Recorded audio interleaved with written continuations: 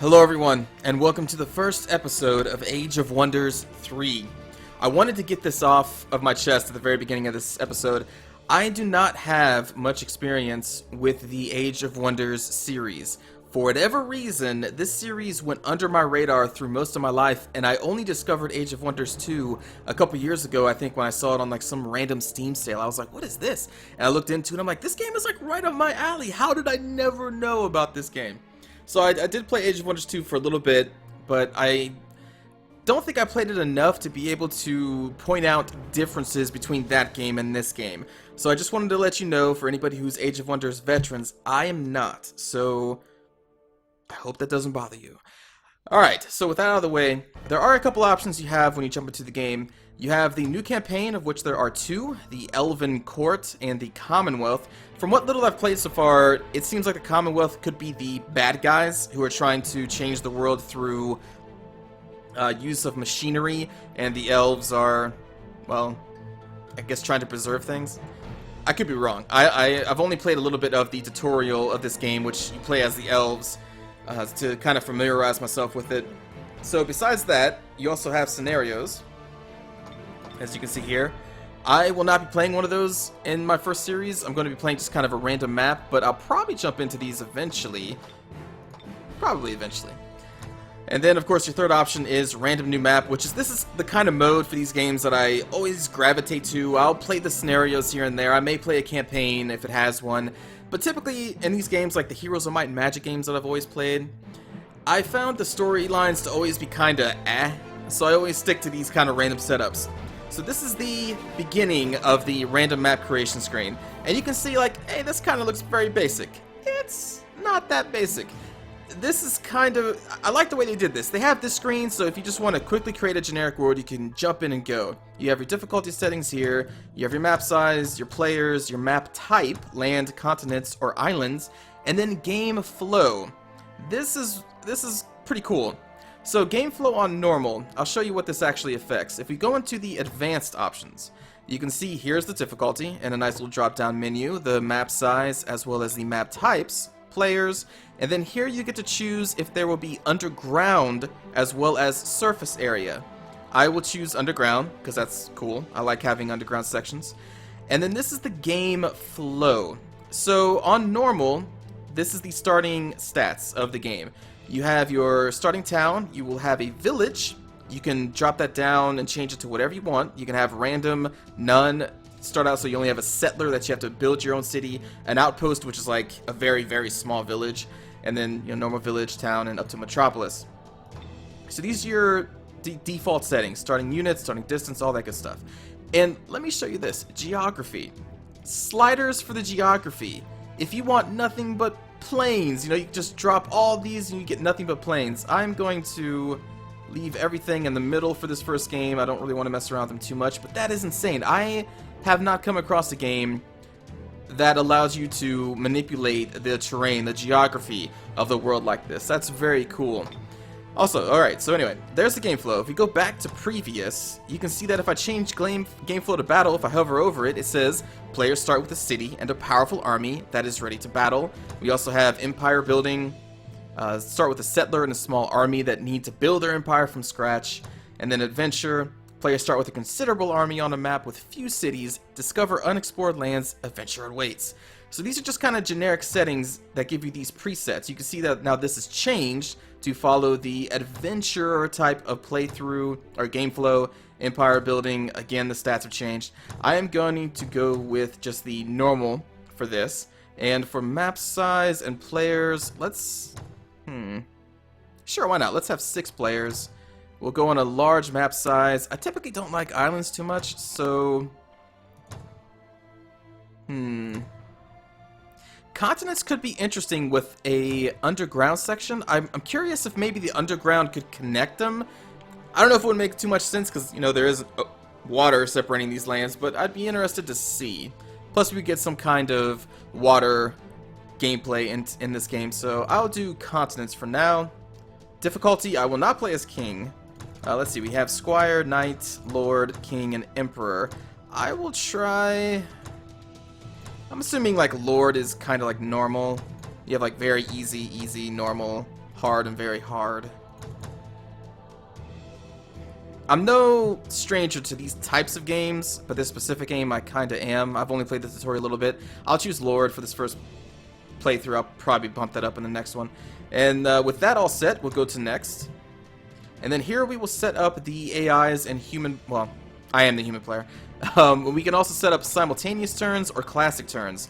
Classic turns, I believe, is you take a turn, next person takes a turn, so on and so forth. Simultaneous turns is pretty interesting because everybody takes the turns at the same time.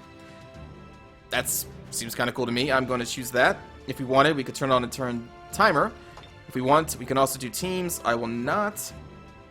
And then here you get to choose if everything, all these leaders are random. If you want to customize all the human players, which would be myself. Customize all, which we could customize every single player, including the AI. So we will do customize humans. I will just customize myself. Tactical combat mode, always ask. Oh, okay, so when you get into combat, a window pops up that allows you to choose if you want to do manual combat or just auto combat, and that's what this tactical combat mode is. So I'm going to say always ask, because I want to be able to choose what I want to do. For my AI opponents, we will do AI Lords, because that's the preset of the difficulty I set earlier. And then advanced rules, this is kind of interesting. So you have your standard stuff, starting resources, starting skills. It's how many skills you start out with already researched. So it says here having more skills increases your game speed. Again, I'll keep that as normal. You get to have your maximum number of heroes set up here. It goes all the way to 20. 20! That's 20 potential armies led by heroes, or just heroes in general that you can have in your empire. I will keep it down on the normal again of 5. Map exploration. Hover over this. When it is turned off, the map starts out explored, but it doesn't grant you vision. So you don't have... It's like you can see where all the special places are, but you can't see what your opponents are doing. I do not like that, so I will keep this checked so I can explore it myself. And this is what's kind of an interesting feature. When city founding is turned off, you cannot found new cities. You can use settlers to rebuild raised cities.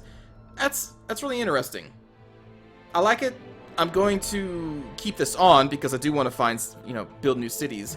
But that could be a potential interesting way of playing the game, especially when you mix it in with the game flow options earlier in this video.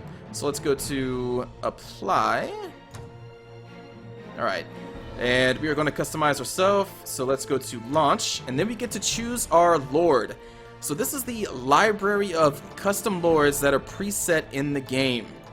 There are a lot to go through. A lot. Actually, that's kind of funny. This is the person you play with as the tutorial. So yeah, a lot of people in there. And then, of course, you have your custom, which I'm all about making new heroes, and I've already made Vrillin Highmore, a warlord human who specializes in expanding the empire. Actually, let's go into this. Let's go into the edit. Yes. So I have the tools to expand our empire quicker and bigger, and then I grabbed 2 levels of earth magic. So if I just kind of cancel out of this, you can see there's Master of Earth. I can cancel that, cancel that. So these are all the choices you have for specializations. You first start off with these adept levels of the different magic schools, and then when you click like Adept of Air, can I not do Adept of Air? There we go. I did double click. Okay. Then you can see Master of Air pops up. So you can have 2 levels, you can't do 3. There isn't a 3rd level of magic, so we'll jump those 2. I'll put the Adept of Earth and Master of Earth back in there, and the Expander trait. And I don't really want to mess with his looks or anything, but I do want to jump into the Creator. Let's go back, and we will... How did I create a new...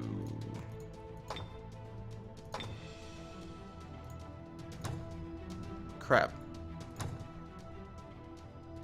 Here we go. Customize new. So, there are multiple classes in the game.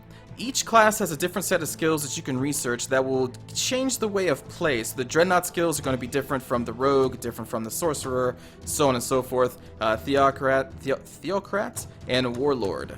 Archdruid. Sorry, I forgot about the Archdruid. I'm going to be playing as a Warlord, as you saw with my character, but there are a lot of classes, a lot of skills to choose from, and also you can choose the race that you want your hero to be. We have Human, Orc, Goblin, Dwarf, Draconian, and High Elf. Those are the races you can play. You can choose gender. You can do random if you want to. And then after you get this set up with your specializations, you would click next. And then you get to actually customize your character. So we can like zoom in here. We have a little Miss Draconian here. We can change her head shape, as you can see. We can change her skin texture, decorations, all this good stuff. A lot of customizable options. I do like this. The scene that's going to be in your background, it actually changes the lighting on your character. I don't know. It's kind of a cool little feature. I like that. I appreciate it. Change your posture. She's all like, I'm thinking. I'm still thinking, but kind of. She's kind of thinking about you, if you know what I'm saying. We got, what the hell are you doing posture. We got a, oh, I'm flipping serious posture. And, oh, why don't you look over there in my garden posture. And neutral. Facepalm posture? I don't know.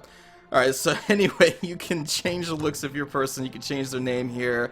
Then you can customize your emblem. You have a first color, second color, and then a lot of symbols that you can go through. And then, of course, you can go through your portrait, change the portrait's posture there. So yeah, it's pretty in-depth. I like it. You can also randomize. Whoa. Hello. Yes, I'm King Draconian with red eyes. Rawr. So, Jesus. Okay, I'll click done. Oh no, I started the game. Oh no. That's not what I wanted to do. Oh.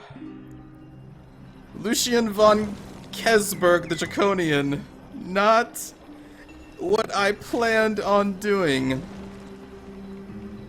You know what? Screw it though. Whatever. Let's just go with it. That's why I created Verlinheim Wars, because I was gonna play as a human warlord. But you know what? Fate has shown its hand, and here we are. We're going to be playing now with Lucian von Kesborn, the Draconian, and the Draconian race. I had planned on playing as humans. Okay, that's fine. Let's see what we start out with here. So in our army, we have... Oh, I guess I should explain a little bit more in case people don't know. So yeah, this is the army screen. When you select an army, you see everybody that's up here. You can only ever have a max, as far as I know, of 6 people in an army. That is a full stack. Now what's kind of cool is, let's use our hero here as an example. If you want to fight my hero, and let's say these are our armies here, we can move like this guy up here, and then move this person up here, and initiate a battle, and then both of these stacks would be pulled into the fight. So you can't have more than just the 6 units in a fight at one time, but you have to make sure that they are all touching the desired opponent. So that's pretty cool. So who is this? An army leader, human dreadnought? Oh, okay, so we start off with another hero who has a musket. That's kind of cool. She has a melee strike. Cast spells. Okay. Wow. Let's see. Walking cavalry. I guess she's riding. Oh yeah, what is she riding anyway? A horse. Makes sense. She's a human. Whoops. I wanted to go back to her. Okay. So up here we can see hit points, you can see the movement points, the defense for physical damage, so that's like basic ranged attacks, melee attacks, and this is her resistance for all non-physical damage, so that's magical spells, so on and so forth. The movement points, you can see how long or how many movement points it takes to move. If you just click on your person, you can see that that's a base movement cost of 4. The dense vegetation is 6, so you can plan your movements that way. What else should I go into? Sorry, I had a set plan, and jumping in here as this guy just kind of threw my thought process out the window. So, okay, up here we have the resources of your empire, your current gold income, your upkeep and all that good information, your mana income, your research, which is applied to skills, and then your casting points. This is an interesting feature. So this is how many points you can use in spellcasting every single turn. Let me see if I can pull up the magic spell here. Okay. Let's see. So like for this summon Grimbeak Crow, it takes 40 casting points. I don't even think we can cast this then, right? Oh, but it also takes 1 turn. You know, I didn't get far enough into the tutorial to see much about the casting stuff. Let's just let that go. Because I'm curious, since it takes 40 casting points, if it will take 20 from this turn, and then 20 on next turn so I can cast it. We'll see. Anyway, so that's your research. So what you can see down here, we have a new skill to research. So this skill tree, which is pretty cool, from what I read on the Tome, which I'll show you later, all these skills are chosen at random in the beginning of the game. So I would have another set of skills if I were to just restart this game. I should have some newer skills. You will never have the high tier set of skills, but you will have randomized level 1 and level 2 skills whenever you start the game, and that's pretty cool. And apparently I am a rogue class, because I have a cloak and dagger, which I believe is a rogue specific. Yeah, rogue tier 1. Man, really? I didn't really want to play as a rogue. Huh. Oh well. Yeah, Draconian rogue. Okay. Well, we'll just roll with it. The rogues deal backstab damage. That's kind of cool. When performing a melee flanking attack, this unit is a leader who is mind control immune, is mounted, has a cavalry unit. Charge attack deals 6 damage on the first strike in melee. That's pretty cool. Fire protection, frost weakness. I'm assuming because of his being a Draconian. Okay, cool. A really cool feature in this game that I just mentioned. Oh, sorry, it's called the Tome of Wonders. This has, like, all the information in the game. It has all the units, the game concepts, action points. What are action points? They represent how many actions a unit can perform in a single combat round. And then they can also link you to other things that may be useful to you around the subject of action points. Army desertion, area of effect, AoE, what the heck is that? All the skills in the game are listed here. And if you're looking for a specific skill that you don't want to scroll through, like let's say haste, then right here you can just type haste, enter, boom, it's going to show you everything that comes up with haste. We have all of the unit abilities in the game, so like backstab, if I wanted more information on backstab. Boom, there you go. Well, I guess it's not more information, but there's the information on what backstab is. Every single unit in the game, all their stats and everything conveniently put right over here. Like, this is a really cool tool, this Tome of Wonders. What else we got here? Locations, all the different locations you're going to come across. You can find out more information about there. And then hero upgrades, which we'll hopefully see in a bit. All the things you can upgrade. Look at all these. Like, what? That's so many skills. That's so cool. So anyway, that is the Tome of Wonders. That is a really cool feature. Here we have the diplomacy menu, which I don't think we've seen anybody yet. Yeah, they're all unknown, but this is where we would go to do diplomacy stuff. At least our character looks cool. I like the pose too. Yeah, I can roll with this. And then the overview panel. And so here we are going to find out all of our quests, our cities, our resources, our armies, our leaders. Leaders and heroes. Wait a minute. Shouldn't she be on there? Oh, this is a neutral hero. Whoops. I thought she was just... Duh. It says right here under owner in the bottom tab, it says independence. Okay, so I'd have to talk to her. Okay. Well, anyway, here's our armies, our leaders, and what was this? Active spells, right, that have upkeep costs and all that good stuff. So that's also a very important tab. You know, let me see if I can talk to her. How do I do that? Just right-click on her, maybe? Anya the City Feller, a level 1 Dreadnought. Again, Dreadnought is a different, one of the different classes you can choose. Wants to join you for 100 gold. I will say accept, but I could fight her if I wanted to. Boom, there we go. Now we have you under our control. Nice, okay.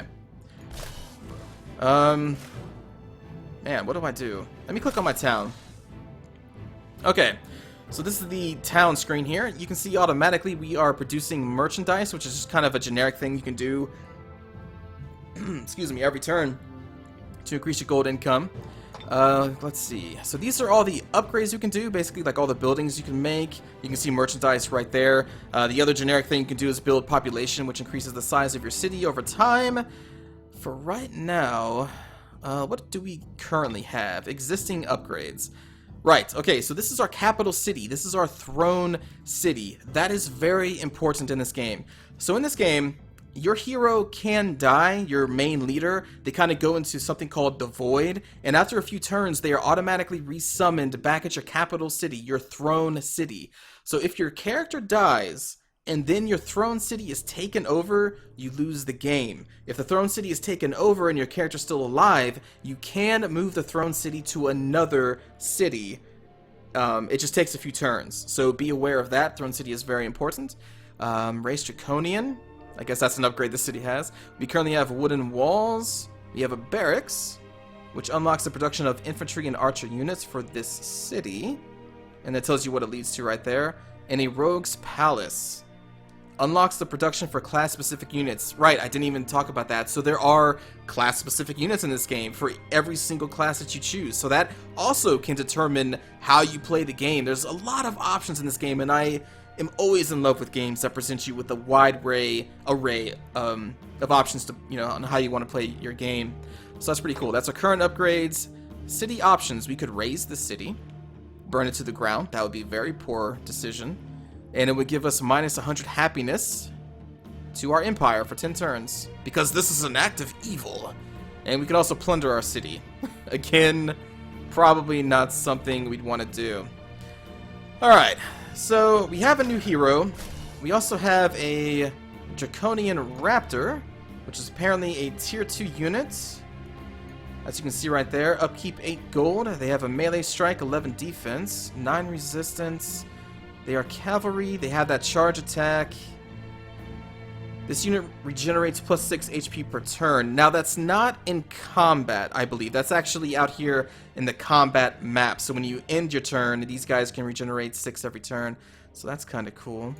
Well, let's put them in with our hero. There we go.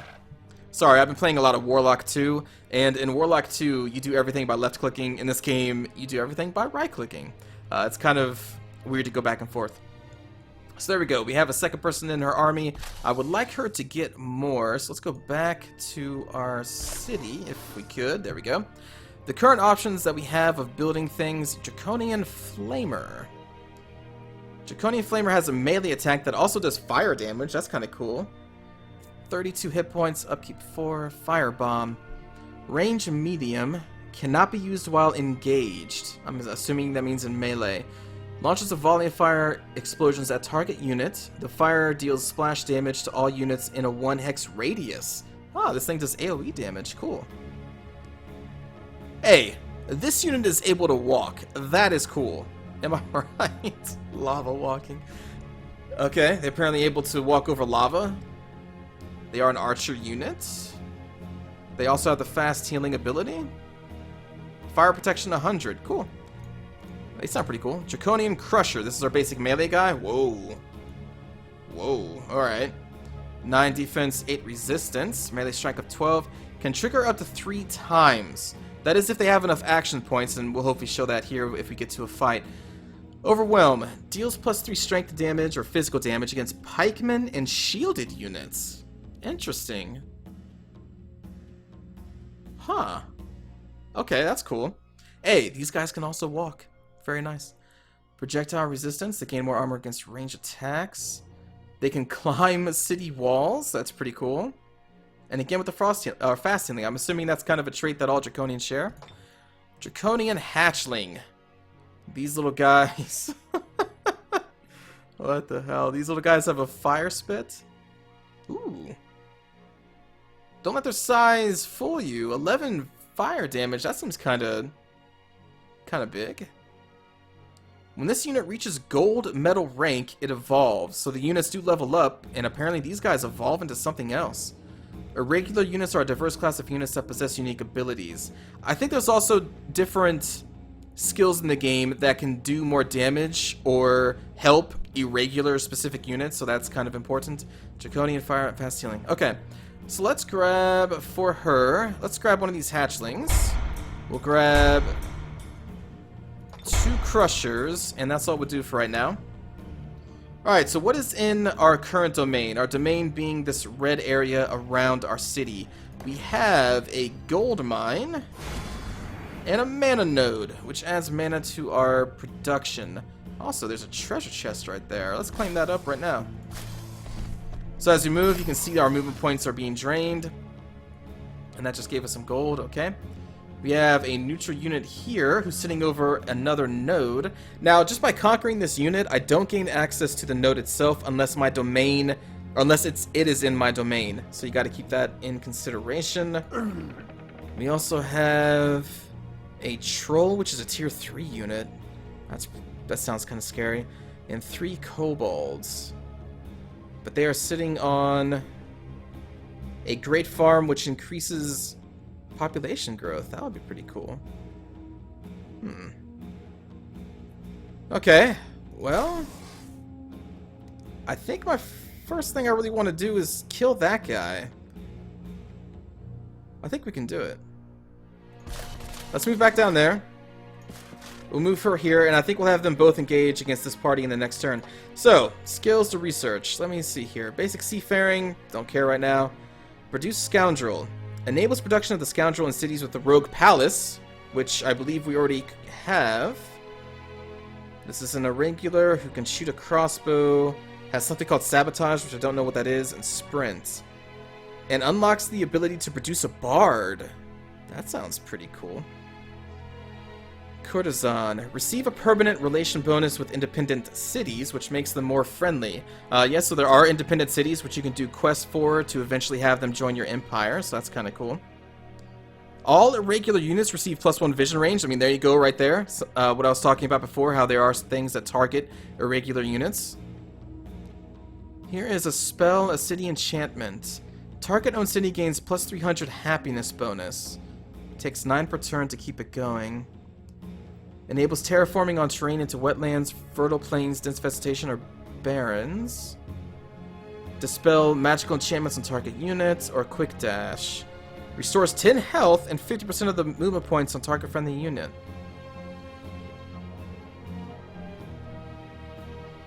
And this allows us to use more casting points, which are, again, these things. Let's do that. Let's research Cloak and Dagger. Alright, so the objective is to defeat all rival empires. And you can see this will take you right to the tome, and right to the actual entry that is in regards to. So that's really cool. I really like that system. And then there you go, the throne cities. And I already told you about what they do. Okay, close. You can win the scenario while maintaining your alliances. Okay, I think we all know what an alliance is. Protect your leader in Throne City. If your leader falls, they will return after 3 turns to Throne City. If you lose both, you lose the scenario, which I've mentioned before. And she still has movement points. I will have her wait a turn. Shows you what we're researching down there, and I believe this is our... Yep, there's our happiness. Can I click on this to show you what that is? No. And our current alignment, which does affect our relations. Let me try to remind myself what happiness on the Empire does. Game concepts. 2 types of happiness variables, Empire and City. Empire happiness determines the base value of each city's happiness, and the happiness of a city influences its resource income, and in addition, it sets the starting morale value for units produced in the city. Right, and down here you can see the morale values. So the lower your morale is on a unit, actually let's just, do they have morale? Yep, there we go. Morale. So the lower the morale, the greater chance they have to fumble on anything they do, and they could eventually desert.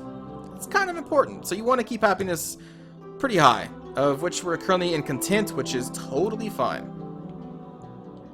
Alright, now how about we end our very first turn? Oh wait, what's this? I didn't look at this before. Oh. Okay.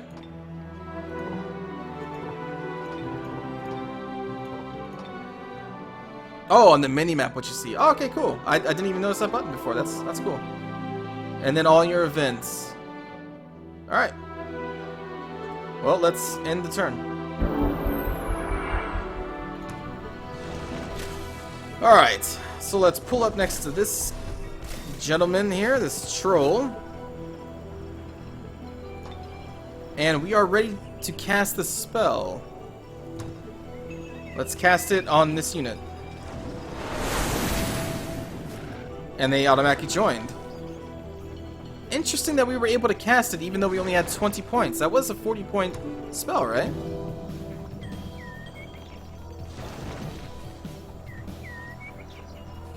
That's what it says, 40 casting points. Huh.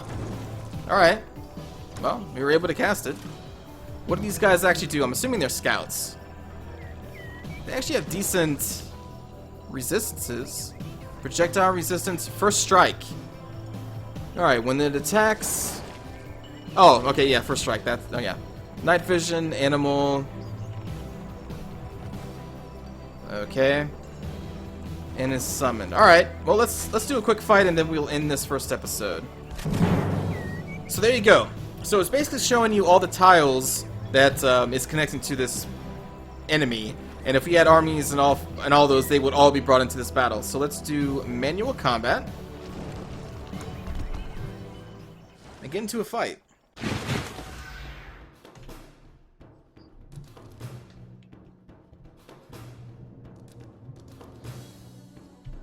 Okay.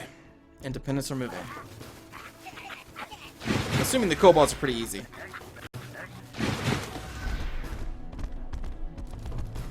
Those are the guys I have to worry about. Alright, so there are some things to go over here. One, unlike Warlock 2, which is a game that I've been playing recently, whenever a unit takes damage, they do not get weaker. If there was only one guy in this stack left, they had 1 hit point left, they would be just as strong as they were if they were full. I don't really like that, but that is the game, so I'll just deal with it. Another concept is that if a unit was not defending, which these guys are, which is represented by the shield above their flag, if you were to go behind them and attack, it would be a flanking attack, which does like double damage. And when you hit somebody in a flank attack, the unit will face you. So for example, if I can move these guys behind and attack, the unit would then face my attacker, so then I could move these guys up if they were melee. Right behind them, flank again. So keep that in mind. But these guys are defending, so they cannot be flanked. So flanking is very important, so you gotta really watch your positioning. What are these guys anyways? The Draconian Chargers. Alright, so... this is telling us that these little guys will retaliate, and they will hit us with blight damage. 5 to 7 physical, and 8 to 12 blight, which is that poison cloud. I meant to left... Uh-oh. Alright, well... I meant to check up on what this unit does. But okay. I like their design. So there's their melee strike. They do blight damage. They are dedicated to evil, so killing this unit is an act of good. So our little alignment meter will jump up by killing these guys. They have blight protection. Their resistance 9 and 9, and they're almost dead already. Okay. So I think it's pretty good to target one unit at a time. Again, because they're just as powerful with one person left as they are with others. Draconian Elder. I didn't even look at these guys. Firebolt can trigger up to 3 times. Arcing Shot. So what Arcing Shot is, there is line of sight penalties. Let's say if these guys were behind the Draconians trying to fire at the kobolds, there would be a line of sight penalty. Right now we're suffering a range penalty because we're not in range. So we're doing less damage. But with Arcing Shot, the line of sight penalty is lesser. If yours was a straight shot, then I think you suffer the full line of sight penalty. For right now, since we're out of range, let's see. Let's move up 1. There we go. So we can still fire up to 3 times. So we'll finish them off. Draconian Hatchling. These guys that can spit fire. Okay, well really I need to be focusing on this, on these guys, I think. What's so special about them? They are also dedicated to evil. Oh my god, their resistances are pretty high. Blight protection, fire weakness, and regenerate health at the start of its turn. Oh man. Well, what kind of... Ooh, this is bad. Since we summoned those birds, I have no casting points. I think I can still use her spells, though, if she has any. Yeah. Okay, because she has 15 casting points. So, what does she have?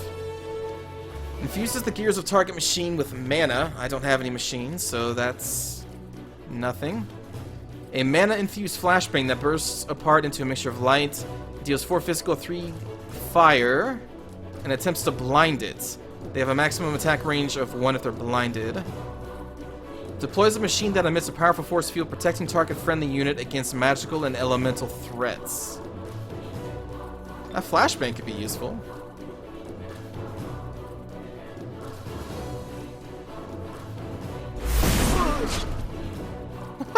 There you go. Flashbang. Alright.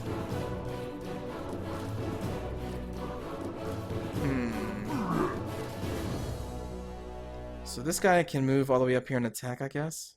That's not good. That's not good at all. Let's see, we can get off a charge for 10 to 16, but their retaliation is a lot higher. I probably should have moved her out of the range of that damage. But you know what? Let's move the birds in front. And we will put them on defend. Meanwhile, this guy, we're out of casting points, so I can't cast anything. That's unfortunate.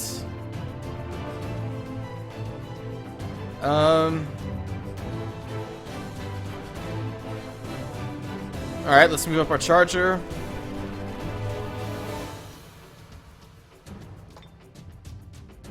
What is their special thing anyway? Pikemen. They gain first strike and very effective against mounted units. Okay. These guys also have the charge ability. They deal additional 5 versus mounted. Okay. Let's put them on defend. The Crusher. Let's move over here to hit those trolls. Let's arrange them. Alright, we'll move them right there. Defend. Fire starter, let's move them up here behind these guys, and they have that straight shot. Hold on, I'm pretty sure that's what straight shot means. Let me see. Let's see.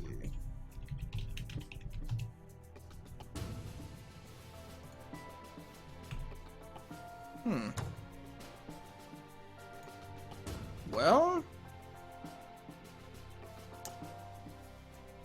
okay, I guess I can't see what that is. Oh, well, let's just fire then.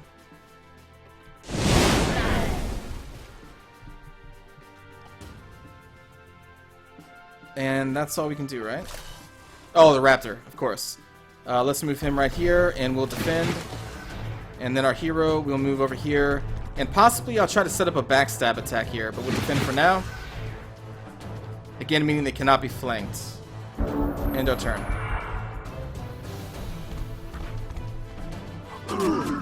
Yeah!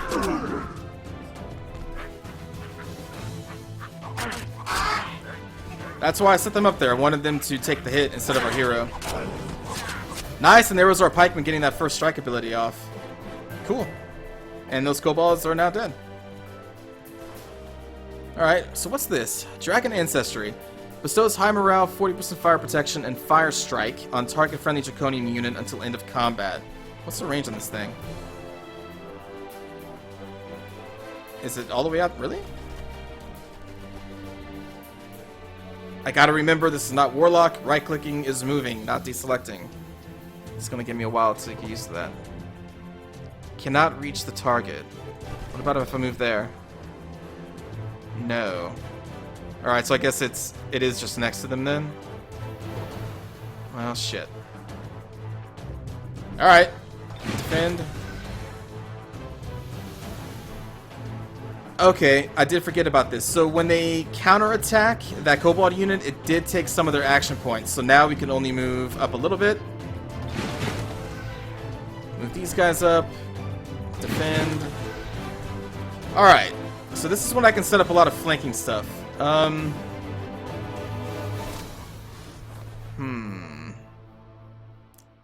Let's see. So you can see we'll do a flanking attack times 2, but they will retaliate. That's fine. So move back here. Do the flank. Oh, they didn't get to retaliate. Because it's flank. Right. Okay. And then... there you go. We get flanking and backstab and charge. Now, since we got these guys to look that way. Awesome.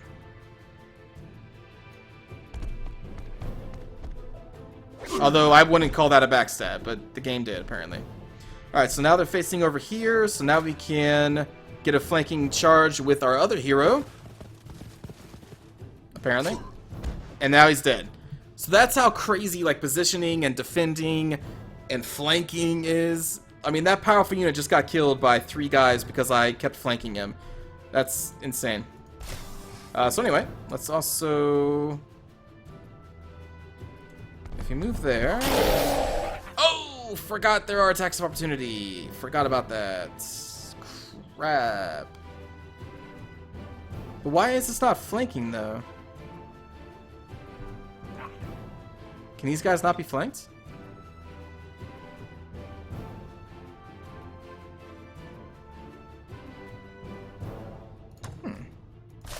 Interesting. Oh, they're dead. And there we go. Combat done. Exploring the Great Farm, you discover a boar and some gold. I will take the rewards. And and there is our boar. Oh, look at the boars. Little Poombas. They have charge ability. They're animals. Nice. I will use you well, boars. Let's move you there. Alright, so that's going to do it for the first episode, everybody. I know it was a lot of talking, but as it is in most of the first videos of a series, I do a lot of explanation, but it will get faster as the videos go on, and I will have to explain less. So thanks for watching. I will see you all in the next episode. Take care.